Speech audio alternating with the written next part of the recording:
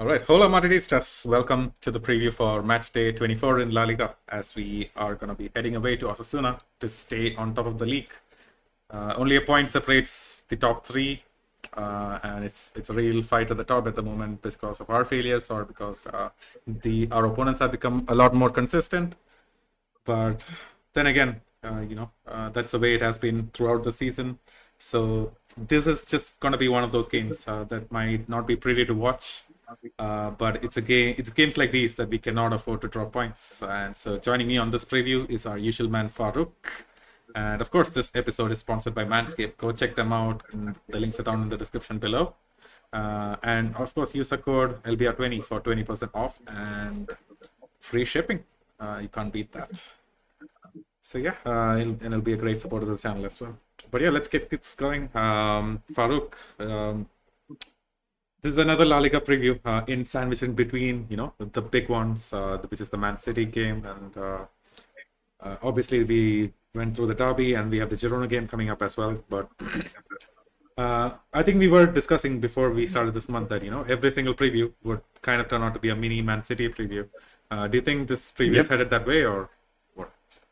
Yeah, definitely. I mean, that whatever you talk about is going to be, eventually in relation to what's going to happen, on Wednesday. So I think whatever the case is, it's always going to go back to that, especially, considering we have the upper hand now going into this game. So you don't want to mess that up. You want to go into the game as confident as possible as, with the best preparation possible. So I think on that, I mean, until and unless, we're done with this and the next draw happens and we know the next tie, that's just I think what it's gonna be now, forever and ever. It's always gonna be, about that next game in the middle of the week, that next game in the midweek as well, Yep. So that's just it. Absolutely. And we actually had like two previews on this channel, and then Farouk, you had a preview with on another channel as well. What was your general takeaway on how Man City fans are taking this tie? Because it seems like a lot of them don't have too much confidence in this game. They were always expecting to lose. Meanwhile, we somehow have enough confidence, even though our defense is so shit. We actually have no defense, while they have like 5 center backs.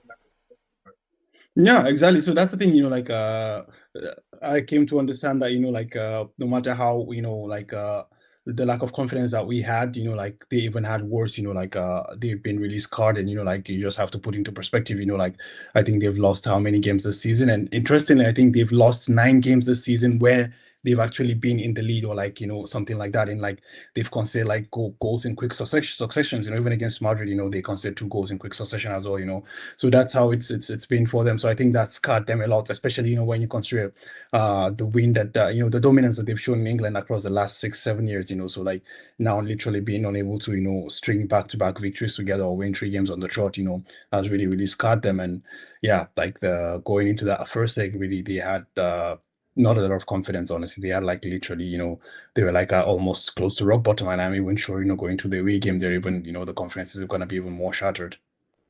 Yeah, definitely. And I can't wait for having some of those guys on the preview again. I know the confidence is going to be at an all-time low, but they still gotta have hope because teams have come to the Bernabeu and walked away. Lesser teams have come to the Bernabeu and walked away with better points. Yeah, that's true. Actually, I definitely agree with you. They're gonna have that, but I think one thing that's gonna be, worrisome for them is the fact that, as you rightly pointed, they played with 5 center backs, but Real Madrid could have won that game, 7-2, 6-2, or something like Easy. this. You understand? That's the point, although they played with 5 center backs, you understand. So that's how, although right now one of their center backs actually is injured in Manuel Akanji. I think he's out of the season or something like that. So He's now out they're for the one season, center yeah. back shot. Yeah, yeah. So they're one center back shot. But anyways, I mean, yeah, they're gonna look at what AC Milan had done, what Borussia Dortmund did in the first half. They're gonna look at those and try to hold that as recipes for what can happen at the Really, do Bernabeu. you think Pep is actually gonna go over to a team like Dortmund or AC Milan for inspiration? He's not gonna change his lineup or. Of course, definitely. I'm not gonna say he's gonna play the way they played, but I think he's gonna look at, okay, what did this guy do right? What did they exploit? What is it that they were able to use, or rather what they were able to target, and that's something. But again, at least we're expecting Rudiger to be back. We're expecting David Alaba to be back as well. I mean, I'm not too confident about David Alaba's return. Exactly. You brought up that point, right? What did they actually exploit? One of the main reasons was Lucas Vazquez, and he's back for the second leg. You think he's got a chance to play, or it's going to be Valverde all the way? I think Lucas Vasquez is gonna play that game. I think if Lucas Vasquez is fit, Lucas Vasquez plays that game, But I just feel like, for City right now, they have nothing to lose, you understand? The point is it's a game that already they're down. Right now they're out, you understand? So they have to go in that game, give it their all, literally, because they have to score 2 goals. They have to like better our results by 2 goals, you understand? Whatever we score, they have to score two more than that. So that's that because of that, like they would go out all attack, with the full force that they have. So because they have nothing to lose, more or less. So I think, as they say, someone that has nothing to lose is even, a more dangerous opponent. So it's going to be quite interesting to see what happens there. And yeah, let's see. That's a good point, man. Yeah, I'll read a couple of comments and then we'll head into the Osasuna side of things. So Ashik says, "Make it a long one, boys. Still got 2 hours of drive left." I don't know, man. Like, it's going to be hard to speak about Osasuna for 2 hours. Maybe earlier For on in two the hours, season when right? they were Yeah. in better form, we could have maybe stretched it to an hour. Let's see though where we land. He also says our season so far, offense took to click, and then once the offense clicked, the defense is injured. Yeah, Yeah, I mean, the point is this, like, it's interesting though. I think the game against City, I think, would be the first game that I would say like the offense clicked. I mean, when I mean clicked, we've seen flashes of what this can be, but this was the game where you could see offense clicking as a unit of four. You understand? Like as a unit of four, you could see they were tracking back. As a unit of four, they were like winning the ball, progressing up the top of the pitch as a unit of four. You understand? So I feel like this shows what it could be, more potential, the potential that this front line has, and that's the thing. Like we always talk about defensive deficiencies and all that. I think like if this front four can show the performance, like they showed at least for stretches in the game against City, I think that's something that this team can be built on for in the future as well. But then of course, like you have to always question about that lack of midfield, because against City as well, like the midfield was literally non-existent, and that's why I just feel like if Lucas Vasquez is fit, I would want him to return, so at least Fede Valverde gives us that presence in the middle of the park. absolutely. Camavinga wasn't really filling those gaps. Nah. Yep. Yeah, But totally actually, agree. the question now I have is though, like the yellow cards we have, do they carry over to the round of 16, or are they like eliminated in this round? I'm not sure. I'm not sure. I had that question too, but that's a question, that's a worry for the round of 16. I just want to get through this game. I don't care how many yellow cards we get or red cards we get. I just want to get through now. I mean, the point is, we have a lot of people on the hook, man. Like, if you have to like Yeah, lose Rudiger, and I don't know, God forbid, Bellingham for those games, it's gonna be quite peak, man. Especially when you're gonna face either Atletico Madrid or Xavi Alonso's Bayern Leverkusen. So that's gonna be quite. But I do get you, like I mean, eventually that's a game you have to worry about when you get there. First and foremost, we have a game on Wednesday at the Bernabeu, and we have to make sure that we do not mess it up. So, yeah, and as I said, like this is a team that's literally down and out, so they have nothing to lose. So they're gonna go with it with everything that they have. yeah, absolutely. But logic does predicate. I'm not 100% sure, but logic predicates that the yellow cards don't actually carry over. They stay in the group stage. They don't carry over to the round of 16 or further on. I mean, if I remember correctly, like in the previous edition of the Champions League, that yellow cards were being swiped after the quarterfinals. But there weren't so many games, Farooq. That's true, but there weren't so many games. I believe that this is a separate tournament on its own, the whole group stage and then the playoffs. Yeah, Fingers crossed, fingers man. I crossed. hope Yeah, so. yeah. Sunil says El Sadar is going to be rocking. Yeah, absolutely. So earlier on in the season when we faced them, we had high hopes of them. We were actually, not looking so sound defensively. Their attack was roaring. The front two of Ante Budimir and Brian Zaragoza. They recently Yeah. faced Barcelona and tore them a new one. So they were a team that was really something to fear. And then we ended up winning comfortably 4-0 at home. They had such a horrible defense. So yeah, how about you? Like, how do you think it's going to be a similar game? But this is going to be away. It's going to be a completely different game. Yeah. Yeah, exactly. So that's the thing, as you rightly pointed, like in the first half of the season, it was a different story. And, we also were coming off a bad patch, if you remember, at that period in time, actually. And we're still able to, win 4-0. I remember like Vinny had a hat trick in that game as well. But as you said, this is a different, this tie has a different texture to it, because like it's away at El Sadar, and it's always been, a tough place to be. Although like, we've been successful playing there for the past years. But let's not forget the season Barcelona lost at that stadium as also, that also just gives you a precursor to what it is. And also like Osasuna like undefeated in four, although like they haven't, won, or they've drawn a lot in that as well, something like that. But like they're not like in the best of form right now. So Yeah, I don't think it's not gonna have the same, it's not gonna end in the same way, the first leg ended, especially as we just highlighted now. There is a big game on the horizon for Real Madrid as also. Well, we also have to, keep in mind that as you started the show with, it's 1 point that separates the top three right now. So literally any slip up from anyone, it's, you're gonna start playing catch up as well. So it's a game that, I feel like you're gonna see a lot of, handbrakes on, but without, but then when it's be like, the gear is gonna be shifted, so that's the thing. But I just feel like it's gonna be a more calmer game, not a more, high scoring game that we saw in the first half of the season. absolutely. And I remember like just researching this team on transfer market while you were doing the preview for last time. I was looking at Ante Budemir's goals, and I think he had like 8 goals at that point. He was like one of the top scorers of the league. Same with Brian Zaragoza. He had like 4 goals, not 4 goals. He had like 4 assists. I look at the transfer market table again, and then these guys have like similar games. So Ante Budimir has 12 goals in total. Brian Zaragoza has like 5 assists. So that early season form has really died out for these front two, and I feel like that's led them to slowly and steadily climbing down towards the mid or like bottom half of the table. Because when we faced them, they were like fourth or fifth in the league at that point, and Yeah. now they're like all the way down in ninth. And they just recently lost to Sociedad, of course, in the Copa del Rey as well. Sociedad knocked them out 2-0 in this leg, and yeah, luckily we're going to be facing our Sociedad. So, Farooq, do you know if that game is going to be this month, or is it somewhere in March? The Sociedad game? Yep. I think like we have like the first leg in the last week of February, Yeah, I think and then so. we have the second leg in April, in the first week of April, Yep.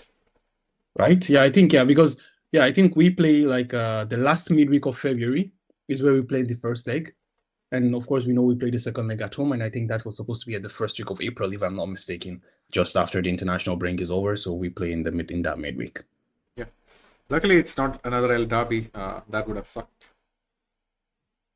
Yeah. I mean, the point is like, like you look at the options, it was either Barcelona, Atletico Madrid or Sociedad, and with all due respect to Sociedad, like you'd always choose Sociedad ahead of this too, especially considering, the political and sporting tensions that's, between the other two teams. So yeah, Sociedad will always be, the fairer choice out of that.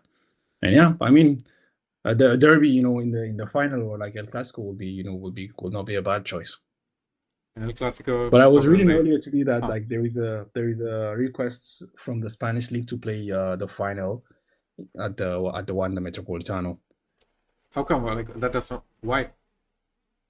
because like apparently like the game was supposed to be played, I think, in Seville, and like Seville Stadium is not going to be ready, something like that, Oh, okay. to host the final. And I mean, I don't know how true the news is, but I don't even remember the source already. From what I remembered, I read something like that just earlier today. I mean, I guess that works out in our favor. We don't have to like travel or anything. Just a local drive. Yeah, that's true. Well, I mean, the point is like it's gonna be an away game, and especially if Atletico Madrid will find a way to get the better of Barcelona, and it's gonna be a home game for them, and you don't always want this kind of situations, But anyways, a game is a game, it's a final. A final is a final. It doesn't matter where we play or where we do not play. So we should be able to find a way to solve that. But anyways, before we even discuss about this, there's still we also see that down needs to be played home and away. Two legs that Absolutely. we have to win Two first legs and here. foremost. And before that, of course, this game as well. This is one of the topics that came up after the game against Espanyol. Yeah, it's still going on. People in La Liga, all the clubs are still getting interviews from these journalists, trying to get this topic back on fire. About the refereeing thing, about our complaints about the league. Their director Fran Canal was asked about what do you feel about Real Madrid's antics and complaints. So he basically came out and said, and I quote, Real Madrid and Barcelona tend to have a bad relationship with La Liga and with the rest of the clubs in the division. And yes, they are benefited by the referees. And he left it at that. Which is like totally true, right? Osasuna are one of one of only 4 clubs in Spain who are socially run. And it just seems shameful that we don't have a good relationship with them, or that We don't even go ask their opinions before actually submitting a complaint. Imagine if he had come out and tried to get the support of the rest of the league and went to the RFEF or some other governing body and then complain against the league. I feel like that would have gotten a lot more traction. Yeah, I mean, the point is actually like you need to understand. Based on what I understand is that we need to also understand where these clubs are coming from. The thing is that like we as Real Madrid, we have a lot of issues with Javier Tebas. But the point is like the smaller clubs, they love Tebas because why? He came with the whole distributing of the rights, the equal distribution of the money for the TV, or at least a certain portion of it is equal distributed among all the clubs. He brought this what's it called this. I forgot the name, but anyways, the one that you go behind the scenes with the camera at halftime, you hear what the team are discussing or stuff like that. He brought all of this, and Real Madrid refused access. To give access into our dressing room about this. So, but for these clubs, this extra revenues has been generated. You understand? So for them, like whatever Tebas is doing, kind of makes sense to them. But for us, because we know what we can get on the market, what you can get on the open market. At least you've seen what the Premier League is getting. Then you know that this is not what's right for you, at least for you, at least for your own selfish interest. So that makes sense. But on the other hand, as well, like I mean, this is just the unfortunate part of it. Like it's that's how the world rolls. Like it's big fish, it's small fish. I mean, that's the same thing we see with Bayern in Germany as well. Literally every young upcoming player, every young upcoming coach eventually ends up at Bayern Munich, whether you like it or not. We actually don't do that. Thing, Like we as a team, we never poach people from the league. It's Atletico and Barcelona. I mean, that's what Barcelona do that. Atletico Madrid do that. Like we just do not do that. You understand? This is a discussion that we had as well. If you remember when we were speaking with Alex Patu from Atletico Madrid, and we talked about the fact that there are centre backs in the league that we could have gone for when we missed out on Lenny Euro, but we chose not to. You understand? There are a lot of midfielders in the league that we could have gone for. When Toni Kroos retired, but we chose to not. I mean, there is this Martin Zubimendi, one of the most touted midfield. I think there is no midfielder that is more in demand in La Liga right now, but he's not been linked to Real Madrid. You understand? He's been linked with everybody else except for Real Madrid. I think the last guy that we bought like that turned out to be a flop. Aramendi, if you remember. Aramendi, exactly. Aramendi was eventually, yeah, exactly. So, and also Aramendi also was from Sociedad, if I remember correctly. So that's the thing. Like, so we do not, we do that. But the thing is this: when he talks about the referee being favored, I mean, I like to say this and keep saying this until and unless football fans, football practitioners, football managers rise and bundle against these referees, we're gonna keep going in this way. The point is this: in the derby, a penalty was fabricated, and I use the word fabricated because like it was made up. And literally, what happens? No one is complaining about that except for Real Madrid. You understand? When we go to other games and we see other scenarios, you understand? When it falls in your favor, you say, "Oh, I cannot talk about the referees." It happens. When it falls against you, you cry. The issue is this: until and unless we are able to, Ancelotti will come and be like, "Yo," or rather, Simeone will come out and be like, "Yo, that penalty wasn't a penalty. It was totally fabricated. The refs should do their job better." You understand? Even when you are the beneficiary of this, you need to highlight this. So when the president, or rather the director of, Sociedad is talking about this, he makes it sound like there is an agenda against Real Madrid and Barcelona or something like that. No, that's not the case. And I keep saying this. The refs are just pure shit. And not just in La Liga, throughout Europe. People need to hold these people accountable. And until and unless everyone unites together and holds these people accountable, we're still going to keep playing, the divide and conquer thing. That's the thing. Like, they're just going to, keep creating divisions and driving the focus and the attention away from what the problem is. I believe that Real Madrid have gone, we've discussed this in length, we don't need to rehash it. Real Madrid have not done the right thing, as you rightly said. If we had, discussed with other clubs, come out together and, make a claim against the referees, it would have been stronger, you understand? Not like go about the fact that there is an agenda against this. And I've said this always. I want to believe that even when they talked about, Barcelona paying the refs and this, I want to believe that there is no agenda against anybody. There is no propaganda anywhere. You understand? There is no conspiracy anywhere. Because if you believe that there is that, then Jacob, we should stop watching the sport. Then it means that there is a predetermined winner even before the league. It's like watching WWE or wrestling. Yeah, exactly. Then it means that we're just watching WWE already. Everything is scripted, so we should not even waste our time. Spending weekends, putting out, because I mean we pay to watch these guys. We buy merchandise. We travel to stadiums. We do. So it's. I mean, then why should you do all of this if you actually believe that there is a conspiracy somewhere? So we have to believe that the integrity of the game is still there. But what's happening is that these refs are absolutely shit. And it's fine to be shit, but you need to be held accountable.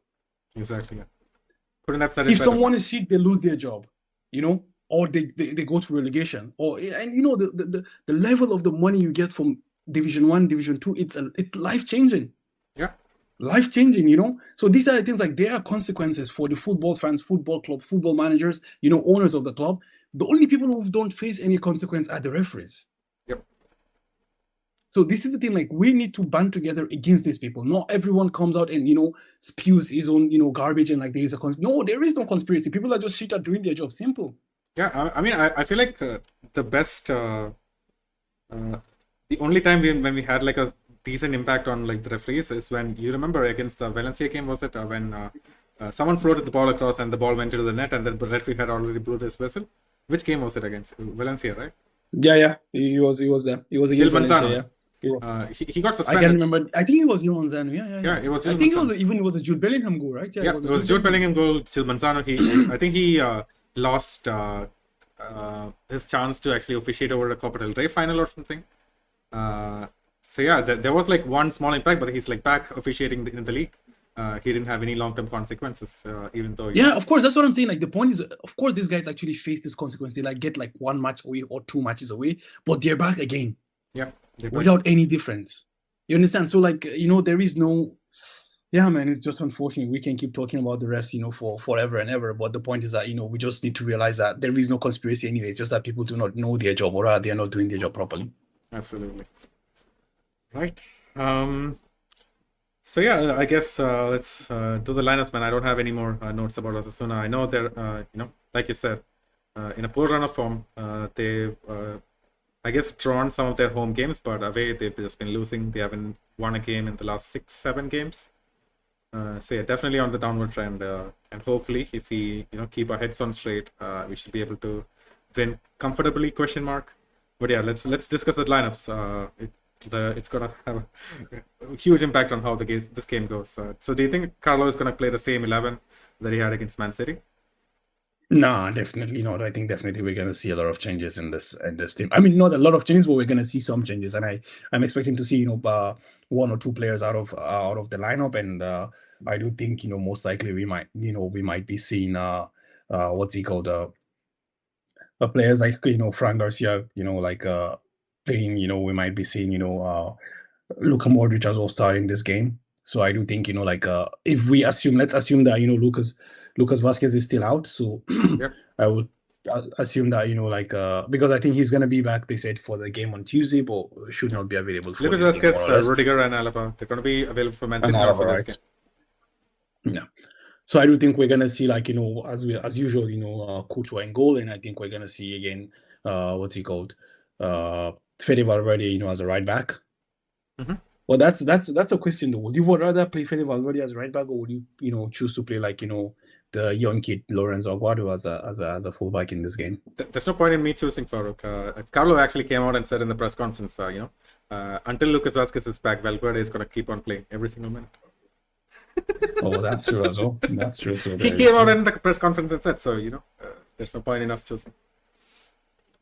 Yeah, that's true. So I mean, that's in that case, and you know, like this, there is that. But yeah, you know, like so we're gonna see, you know, right back of Fede already, and I do think the centre back pairing, you know, again will continue to be, like, you know, Chouameni and Asensio, and you know, just I do hope, you know, the club keeps Asensio irrespective of what happens. You know, just the issue of this, you know, this court issue he has hanging over him is just, you know, the problem right now, and I don't know how the thing is gonna end or what's gonna end, but yeah, I do think, you know, like it was a very, very stupid act from his side, and you know, let's see how that pans out. But I do think if he's eventually being cleared, and you know, like I do think he's someone that could be useful in this team.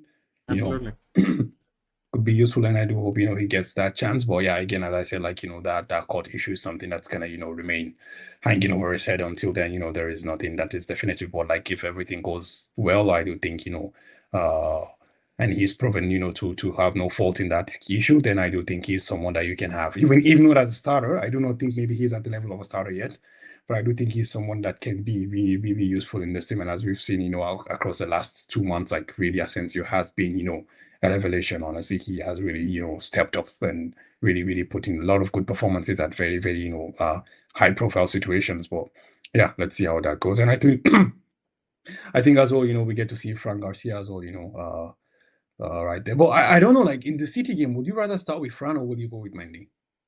100% Mendy, man. Like he did not have the greatest of games, but again, like he did not have a lot of support. I feel like he did the things that he used to do well, and he's always come up big against Man City.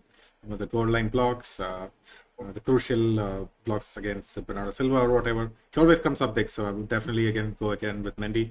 So that means for this game, my choice would be Fran Garcia, man. Mendy needs some rest. Fran Garcia, right? Yeah, I mean, I really was.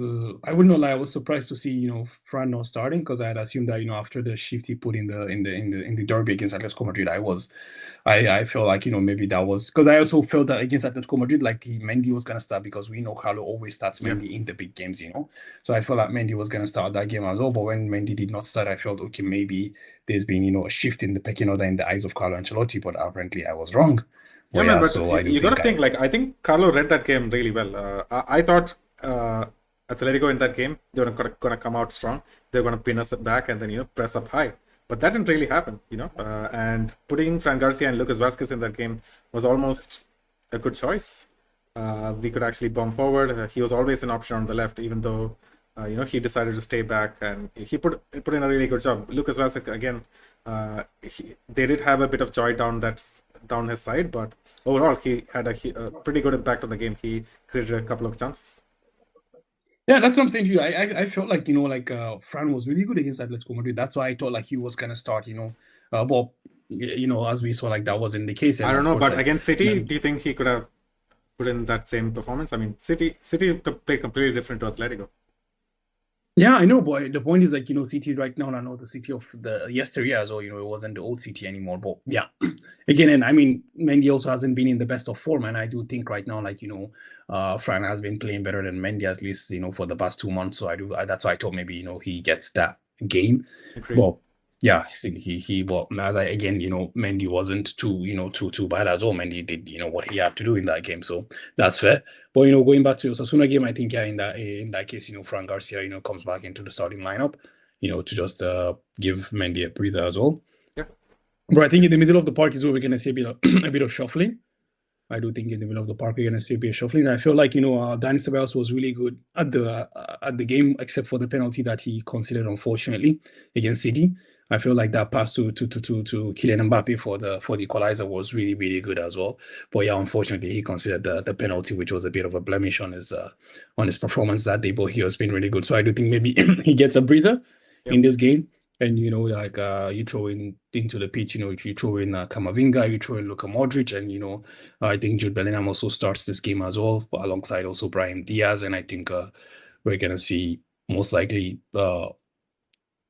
what's he called, two forwards, in the sense of like we're gonna see, rather than having the three strikers, we're gonna see two strikers, and alongside with Brahim Diaz as well.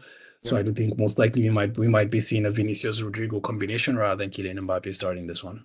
Oh wow. I don't know about that. So this was my logic, right? I think Ceballos is gonna get a breather because like on top of his assist, man. Like I feel like against City, he was the midfielder putting in those yards. He was always first to the ball. He was super tenacious, winning those balls high up. So he definitely needs a breather. Same with Rodrigo. You remember how many balls he won up high? I think it was at least 3 or 4 instances where he could actually start a counter-attack. So I feel like Rodrigo deserves that rest, and he's going to be the one again winning those balls up high against Man City. So I feel like if Brahim comes in for Rodrigo, that's probably a good way to go. And then maybe we can take off Mbappe and put on Rodrigo in the second half, and things are looking better. Well, actually, that makes sense. Actually, what you said right now actually makes sense. So I think that's not a bad call. I can get behind that as well when you consider exactly the shift that Rodrigo put in. So I think yeah, like Brahim for Rodrigo, just more or less like a like for like, at least he just slots on the right wing as well. Brahim, Yep. and it's like Brahim, Vinicius, and Kylian Mbappe. But actually, the thing is, I was just thinking maybe like you want to give Jude Bellingham a breather as well and throw in Arda Güler into there. But I don't know, what do you think? I don't know, man. Like this just with playing with 1 point, it just feels like a non-Carlo thing to throw in articular suddenly. But I get you. Well, the question is, when is Valverde gonna get a rest? When is Jude Bellingham gonna get a rest? And I don't see it Yeah, I happening mean, for unless they now get we know injured. that like right now for Fede, we know that right now, at least for Jude, like that's sorry, for Fede that's not gonna happen because like we know the defenders are injured, especially the right back. He needs to be there, so we know that's not gonna happen. But it's just about like Jude right now, No in the options middle there of the for the park right as back, yeah. well. But yeah, Bellingham does have Exactly. options. Yeah. But for Jude, it seems like there is an option, more or less. But I'm not too sure, if that option is something that we're gonna that's it's gonna be exploited or not. So Man, remains the I question don't to be expect seen. Carlo to actually give any of these guys a breather, but the least I ask for is at least consider a few subs, around the 60th minute mark. Don't make it all the way to the minute 85 or 89 to make the first substitution, please. Yeah, I agree about that. I agree about that. But I do feel like, if you don't give these players a run right now, when would you give them the run? Because we know that in the next cup game, it's against Sociedad. I mean, it's a semi-final as also. You're not going to start, Hendrik, Arda Güler, and these guys. That's just the thing. So I feel like, maybe without shuffling too much, you try to give players like Arda Güler. But then, as you rightly pointed, okay, like it's fine even when you start with these guys, you can at least take Bellingham off in the 60th minute, take off Kylian Mbappe or Vinicius Junior in the 60th minute at least, to give them breathers, for to keep them fresh for this game in the midweek. But then again, depending on the tone of the game as well, if we are 1-0 down or it's still a 0-0 and they're trying to break the dreadlock, they will eventually try to keep this big hitters on, and it will have to go longer and longer. But I do hope we can get the business done in the first half, and at least if we can build the goal lead or 2-goal lead, I think hopefully we can take these players out and at least give them some breathers and keep them fresh for the midweek game. Absolutely, man. Yeah, totally agree. All right. I mean, there you have the lineup and whatnot. Let's actually go for the predictions. I think it's going to be a really hard fought 2-0. The El Sadar is not going to be kind to us, but I feel like we have it enough in the bank to actually make out with a clean sheet for some reason. How about you, Farooq? Yeah, I think so. I think we have enough in the bank to do that, but for a clean sheet, I'm not too sure. But I'm going to go with a 2-1 victory for Real Madrid. Yeah, hard fought 2-1. Yeah, we'll take that Yeah, any day. exactly.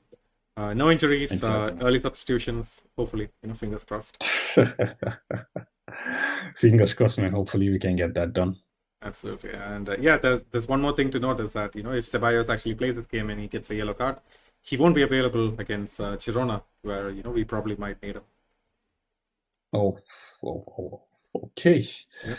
That's good. That might be a problem in considering the form that Dani Ceballos has been in. But anyways, if Lucas Vasquez is back, it means that we have at least Fede already back in the middle of the pitch. So at least, again, we go back to that addition by subtraction. We take out, Ceballos and we bring back Lucas, and that allows, Fede to go back to the middle of the park. So that's been the story of this season. Unfortunately, when you look at it honestly, you start to understand that it's not just a Real Madrid thing. It's literally every big club competing for stuff has this. I think Liverpool is the only team that's actually not facing this problem, because I know even today, or rather yesterday, Arsenal lost Kai Havertz out of the season as well. Yep. Today, Man City is out with Akanji. We know already the story of the ACLs at both Real Madrid and Barcelona. So you look at even Tottenham Hotspur as well, literally have a whole 11 out. So it's, I think, Liverpool are the only team who actually, I think, among the top big beaters in Europe who are not having significant injuries. But yeah, I think that's just been something that's been happening to all the big heaters this year. And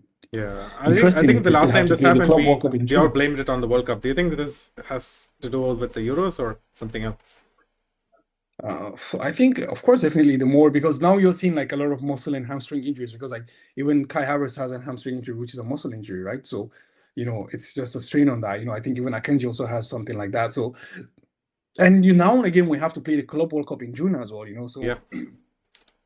That's also something as well. So I think, these games are just getting too much, and yeah, unfortunately, no one is saying anything about this. People talk about FIFA and UEFA being greedy, but I mean, Vinicius Junior is rejecting a new contract offer, right? Because he wants more money. You understand? So he wants more money. Where's the money gonna come from? Where is the money gonna come from? Of course, by playing at the Club World Cup in the summer, that's where the money is gonna come from. So until and unless people put their money where their mouth is, this is just because eventually we're gonna end up with close to 100 game a season. So that's just that's the thing, unfortunately. Yeah. Right Either now, that or play this game in New York or Hong Kong. We're gonna shift to. Honestly, I think that's gonna happen. Yeah. I think we're gonna reach the point right now, because let's not forget, already it's happening in a very minor way. They're playing the Copa America in the USA. I am very sure the next step will be to take the Copa America to Asia, maybe Saudi Arabia, or I don't know, China or something like this. You understand? And then before you know it, we're gonna have one La Liga game a season being played in New York, one La Liga being played in Doha. Before you know it, El Clasico is shifted to a whole different country before, so Oh my I mean, gosh! before, Imagine El even we're Clasico talking being about like, being played in China. that's the thing, before you know it, you're going to have, the Champions League final every other year is going to be played, somewhere else, So that's the thing, like it's going to be quite, this has to keep, and that's the thing, until and unless someone puts their foot on the table and be like, okay, I'm going to sign this contract extension, but I'm only going to pay 40 games a season. Yeah. I don't want a wage increase. I don't want anything. Just give me this contract. I sign it, but my limit is 40 games a season. What games you decide, that's your problem, not mine. You understand? But this is the point. Like, if the players are pushing, of course, this is their value on the current market. They have to get the best that they can.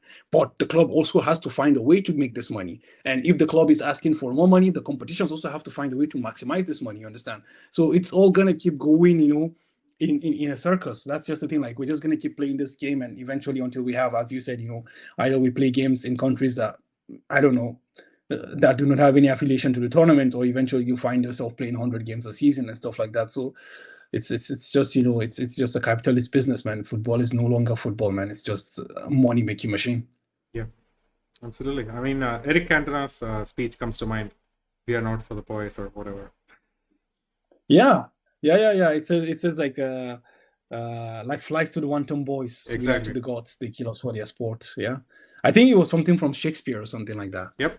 I remember that. So it's gonna be quite crazy, Well, what's. But yeah, this is just it, man. Unfortunately, this is it. But yeah, this is the game. Everybody loves, to see the players play. But actually, what I always think about this, I don't know if you accept that or not, Jacob, is that from a fan's perspective, I think the more games, the better. Because for me, I'm happier to be like, I want to, watch the game midweek, watch the game weekend, watch the game midweek, watch the game weekend. But then what's happening on the other hand is that it doesn't matter even who they play, as long as it's a Real Madrid jersey that's playing, you understand? But then what happens on the other hand is that, like, the players are unable to, maybe keep up with this. Could be. A solution could actually be to increase the squad. For me, as long as the stakes are high, if it's something like the La Liga, if you're having more games there, if there's more games in the Copa del Rey, maybe. But if there's more games in the UCL, you bet your life I'm going to watch every single game. But not maybe the Club World Cup, the earlier parts of the games. I probably might give it a rest in case I have something better to do. Well, that's also true as well, But I mean, the point is like, for that, anyways, like the streaming is free. But I think for that game, I think the stakes will be on the fans who go to the game, I guess. Yeah. At least for the beginning, for the first, because like it doesn't matter if Real Madrid is playing Monterrey, or Real Madrid is playing LA Galaxy, or Real Madrid is playing Mamelodi Sundowns from South Africa, whatever. The point is that Real Madrid is playing. So if you're in LA, or you're in, I don't know, in New York or whatever, like, you're gonna go watch Real Madrid play. You understand? And that's where they spend the money from. And a lot of as we've been told, as we know, sports is very expensive to watch in the US. So this is just it. Okay. Right, there you go, folks. We went on a bit of a detour, after giving up predictions. It was an interesting conversation. I hope you guys liked it. And if you did, don't forget to like and subscribe if you're new here.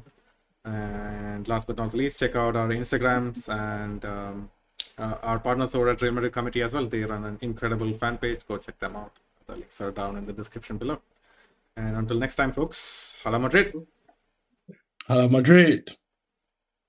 Hola Madridistas, I'm back once again to remind you that if you want to help and support this project of ours, this channel, you can do so by going to manscaped.com, using our code LBR20 to get 20% off and free shipping worldwide. That's our code LBR20 to get 20% off and free shipping. You help us out and you get a cool product. This time I'm here to introduce you guys to the Chairman Pro. It is a trimmer that features two interchangeable blade heads, one called the blade foil, which is to get that super smooth baby skin, and the other one is called the stubble trimmer, for if you want to still have that little bit of stubble but look a bit cleaner and fresher. You can do both with the same trimmer. It also features flex adjust technology. It adjusts it to your face, how you shave. You can also lock it for a full precision.